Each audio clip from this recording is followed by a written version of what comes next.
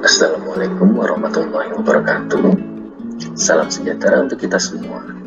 Semoga kita semua selalu dalam lindungan Tuhan Yang Maha Esa. Perkenalkan, kami para mahasiswa Fakultas Ekonomi dan Bisnis Universitas Lampung. Pada kesempatan kali ini, kami ingin menyampaikan sedikit pemaparan terkait mata kuliah kepemimpinan di bawah asuhan Ibu Nova Mardiani dengan tema menarik yaitu Power and Influence in Leadership. Sebelumnya, saya mewakili kelompok 8 akan memperkenalkan anggota kelompok kami, yaitu saya sendiri, Didi Marsudi, kemudian ada Pak Reva James Simatupang, dan juga ada Ibu Monica Rizky Wulandari. Tujuan pembelajaran yang ingin dicapai pada pemaparan materi kali ini adalah para penikmat sajian kami diharapkan dapat memahami proses di mana kekuasaan diperoleh atau hilang di dalam suatu organisasi. Kedua, memahami konsekuensi kekuasaan untuk efektivitas jalannya kepemimpinan. Tiga, memahami cara menggunakan kekuasaan secara efektif.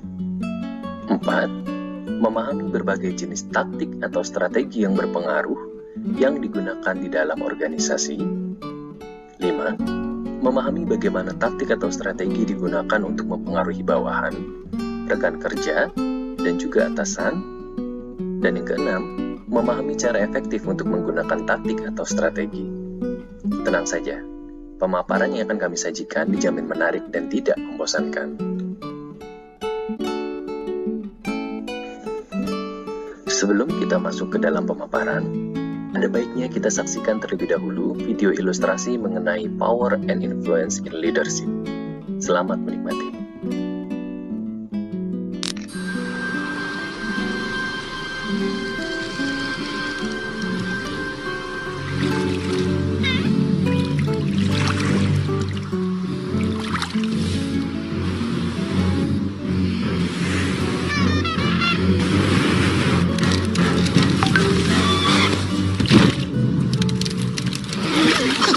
It's smarter to travel in groups.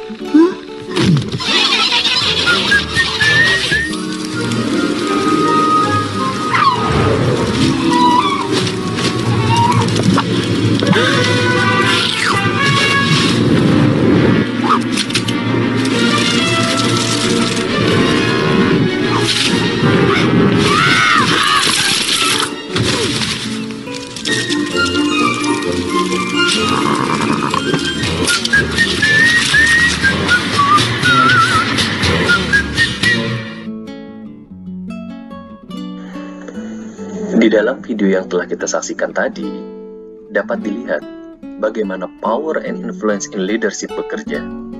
Sekalipun tokoh penguin, kemudian semut, dan juga bahkan kepiting memiliki postur tubuh yang paling kecil di dalam kelompok ekosistemnya, namun perintah yang disampaikan oleh yang badannya paling kecil pun mampu menggerakkan seluruh anggota kelompok secara kompak untuk melawan musuh, demi mencapai satu tujuan, yaitu keselamatan bersama.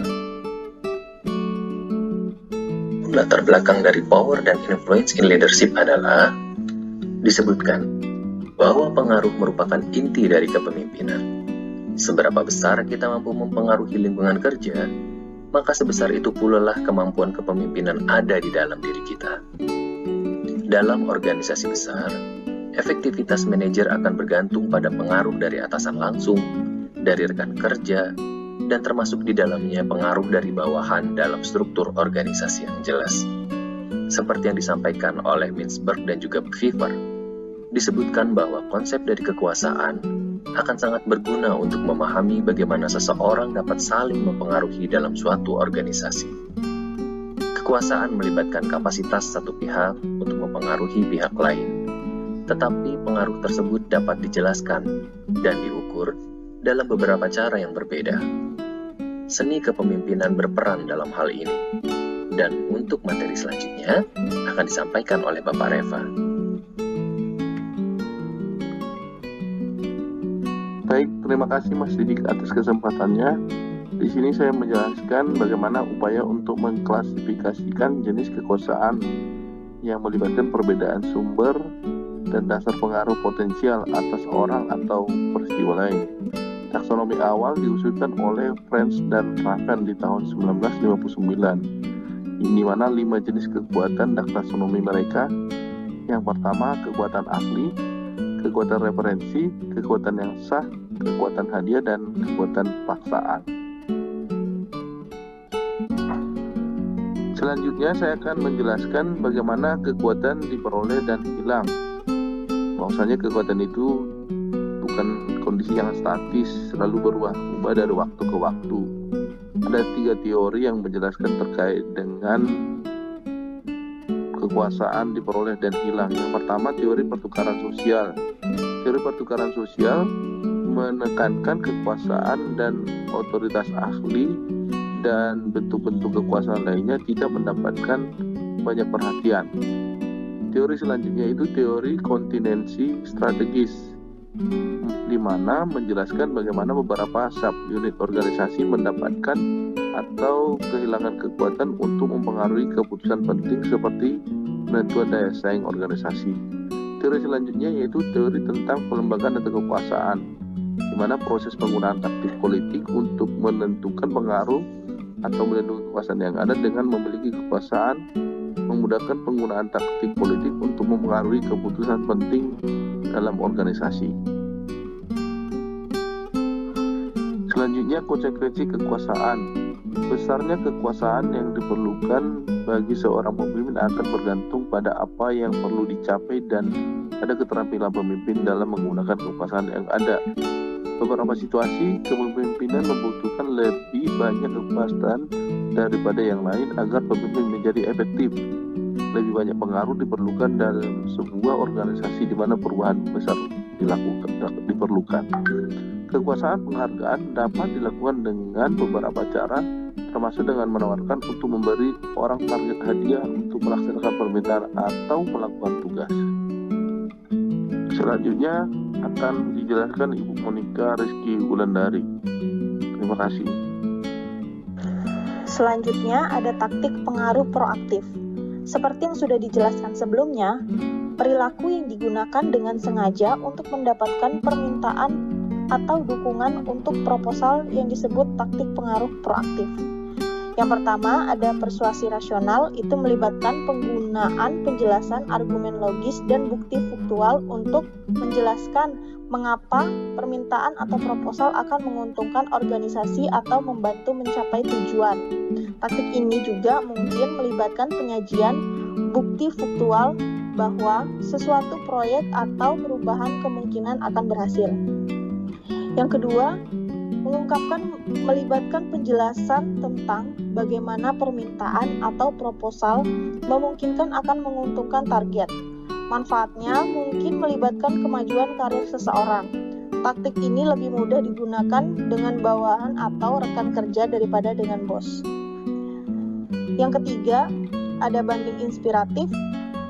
Taktik ini melibatkan daya tarik emosional atau berbasis nilai, berbeda dengan argumen logis yang digunakan dalam persuasi dan perkiraan rasional.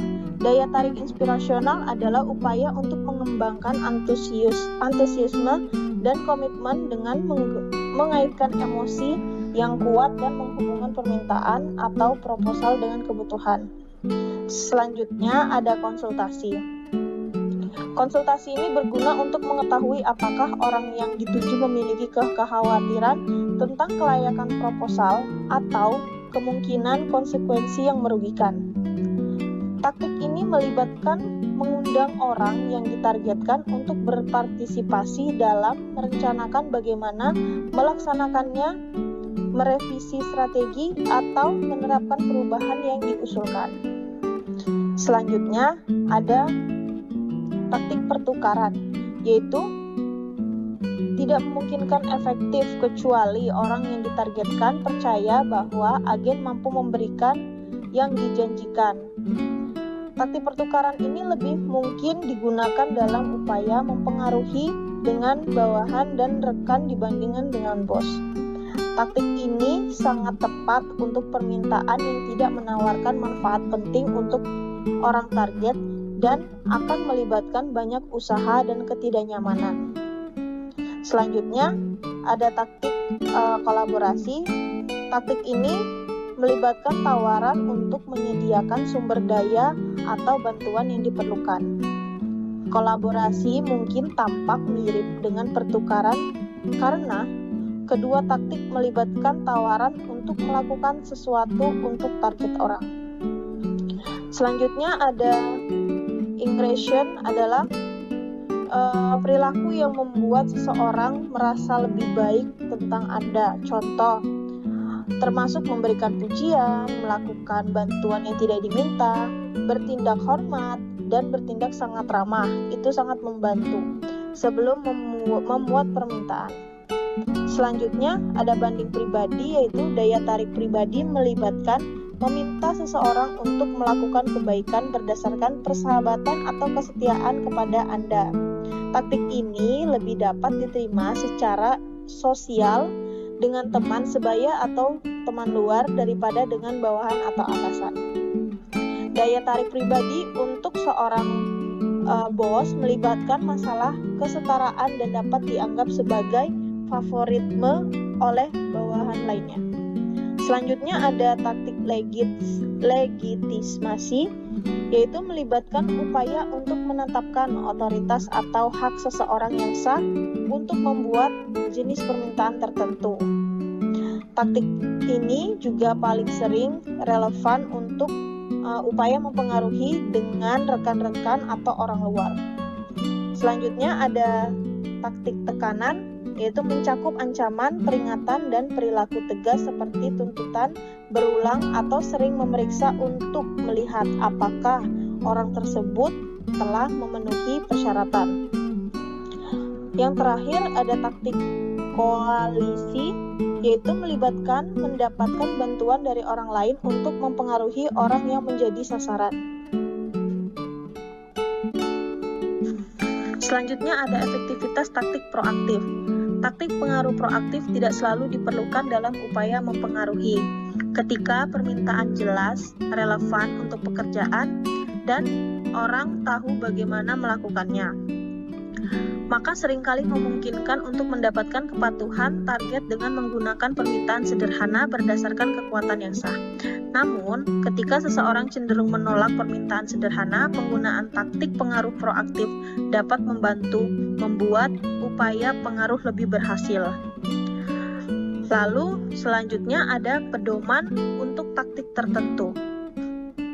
Yang pertama ada persuasi rasional, yang menjelaskan bahwa alasan permintaan atau proposal memberikan bukti bahwa proposal Anda layak, lalu menjelaskan mengapa proposal Anda lebih baik daripada proposal pesaing. Selanjutnya ada seruan internasional, menarik cita-cita dan nilai orang tersebut, tautkan permintaan ke cerita diri orang tersebut, lalu tautkan permintaan ke visi yang jelas dan menarik, dan menggunakan cara bicara yang dramatis dan ekspresif. Selanjutnya ada konsultasi, nyatakan tujuan Anda dan tanyakan apa yang dapat dilakukan orang tersebut untuk membantu. Lalu mintalah saran tentang cara meningkatkan proposal kreatif dan libatkan orang tersebut dalam merencanakan bagaimana mencapai suatu tujuan. Yang terakhir ada kekuasaan dan pengaruh perilaku. Kekuasaan dan pengaruh perilaku adalah konstruksi yang berbeda tetapi erat hubungannya, spesifik bentuk kekuasaan, perilaku pengaruh tertentu, dan hasil pengaruh. Hasil pengaruh adalah kompleks dan tidak baik dipahami. Beberapa taktik memerlukan jenis kekuatan tertentu agar efektif, dan seseorang pemimpin dengan kekuatan yang relevan jauh mungkin untuk menggunakan taktik ini. Misalnya, taktik pertukaran membutuhkan kekuatan imbalan yang memberi agen sesuatu yang bernilai untuk ditukarkan dengan target per anak. Demikian presentasi yang kami sampaikan dari kelompok 8. Atas perhatiannya kami ucapkan terima kasih.